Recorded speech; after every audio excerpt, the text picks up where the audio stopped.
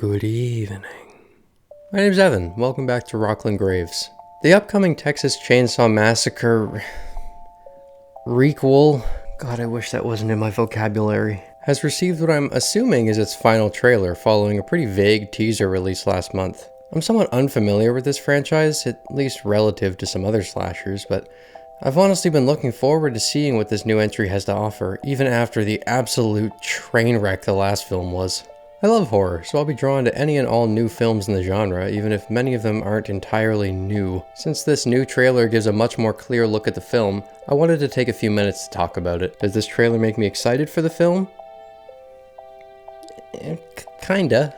I like this setting of the first scene we're shown, and there's a pretty great shot of Leatherface sucking at hide and seek. Okay, I think he's gone. Oh no. The plot concerns an unfortunate group of young millennials on their way to gentrify the town of Harlow with a population referencing the year the original film was released. I'm not sure if this is supposed to be the Sawyer family house, but if it is, it really doesn't look much like it. I know that house was burned down at the beginning of Texas Chainsaw 3D, but this series' timelines are all over the fucking place. The only films in canon in this timeline, as far as I know, are the original 1974 film and this new one. I'm getting a bit of deja vu here, but not quite sure what that's about. We see this film's Crazy Ralph, but that's never an effective deterrent for anyone. Leatherface shows off how good he is at washing dishes by showing this man his reflection, and a moment later we see him caving in someone's skull with a hammer. He probably didn't wash his hands before grabbing a pot for his soup, so I'd say this is justified. Oh look! It's Sally Hardesty from the original! The beloved heroine who was featured in one film and was given a brief cameo in a sequel and is now portrayed by a different actor. Honestly, this is my biggest issue with the film so far. It seems like Sally was shoehorned into the story in an attempt to recreate some of the success of Halloween 2018. 50 years I've been waiting for this night.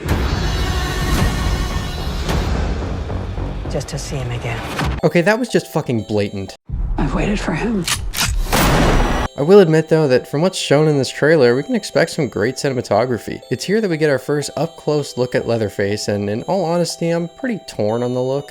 At first I thought it just looked goofy, somewhat resembling a decrepit baby face, but I guess it looks kinda creepy. It wouldn't really make sense for them to recreate the original look, as Leatherface's masks are made out of human skin, and the original would be long decomposed and unusable, so I do think a new look was the right move. All things considered, this new mask is decent, at least the one we're shown. There are often multiple masks used by Leatherface throughout these films. One thing I wish a new Texas Chainsaw film would focus on is the Sawyer family. Leatherface is not a calculated predator in the original, but a lot of the sequels portray him this way. It was nice to see the new Halloween films capture the essence of Michael from the original, and it would be interesting to see a new Texas Chainsaw movie do the same for Leatherface. In the original, he had the mind of a frightened child and frequently took abuse from his family members. The childlike aspect of the character is seemingly absent this time around, opting for a more aggressive and independent portrayal. Having said that, it looks like Leatherface is going to be brutal as fuck this time around, and he seems pretty intimidating. Also bear in mind that this is just based off of what we see in the trailer, and the actual film may have a few moments that do show a more vulnerable side to Leatherface. We'll just have to wait and see.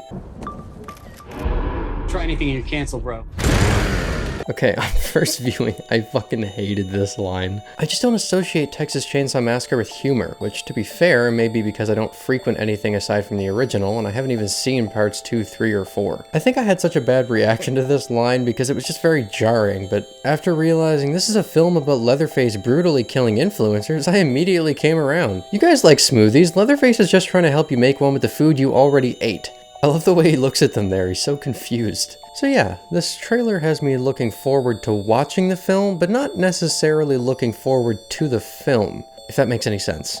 It's out on one of my days off work, and I expect to just throw it on and be relatively entertained and then forget about it the next day. Looks like a somewhat fun, gory slasher with some great cinematography. It's certainly not breaking any new ground, but I wasn't expecting it to. I really hope that Sally's presence holds some actual weight and that she's not just there because Halloween did it, but I don't see anyone getting super excited to have her back. It doesn't hold the same significance as Laurie Strode returning, since Sally has not had a major role in the franchise and she's played by a different actor this time since Marilyn Burns passed away in 2014.